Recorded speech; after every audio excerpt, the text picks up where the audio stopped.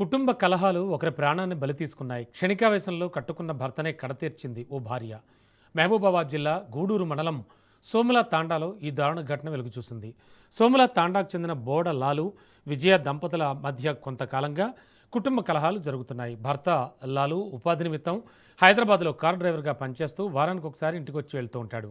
ఈ క్రమంలోనే తాండాలో జరిగిన ఒక వివాహ శుభకార్యానికి హాజరయ్యేందుకు లాలు గ్రామానికి వచ్చాడు. అయితే అర్ధరాత్రి సమయంలో లాలు మద్యం తాగి ఇంటికి రావడంతో భార్యాభర్తల మధ్య మళ్లీ తీవ్రస్థాయిలో గొడవ జరిగింది. ఈ ఘర్షణలో కోపోద్రిక్తులైన భార్య విజయ ఇంట్లో ఉన్న బండరాయితో భర్త లాలు తలపై బలంగా బోందింది. దీంతో తలకు తీవ్ర గాయాలై లాలు అక్కడికక్కడే రక్తపు మడుగులో ప్రాణాలు విడిచాడు.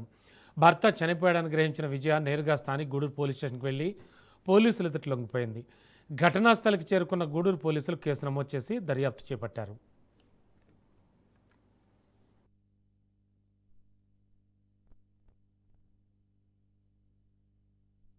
నిన్న పెళ్లికి వచ్చిండు ఆయన. పెళ్లికి వచ్చి ఇక్కడ పెళ్లి ఫంక్షన్ కాడ ఉన్నాడు. రాత్రి డీజేతో డ్యాన్స్ ఇట్లా చేసిండు. ఇంటికి వెళ్ళిండు. వెళ్ళిన తర్వాత గొడవ అయిందని చెప్పి తెలిసింది. గొడవ అయిన తర్వాత గొడవతోనే ఇక వాళ్ళు లొల్లి పెట్టుకున్న తర్వాత రాత్రి మాకు తెలిసిన సమాచారం ఏంటంటే 4ంటికి చచ్చిపోయిండని తెలియని పోయినాం. అక్కడికి పోతే ఇస్రాయితోని వాళ్ళ భార్య చంపిందని చెప్పి అన్నారు. పోలీసు వెళ్ళి వచ్చింది అమ్మాయి చంపి. కారు తగులుతాడు, హైదరాబాద్లోనే ఉంటాడు. నిన్న వచ్చిన ఇంటికి భార్య ఇక్కడ ఉంటుంది.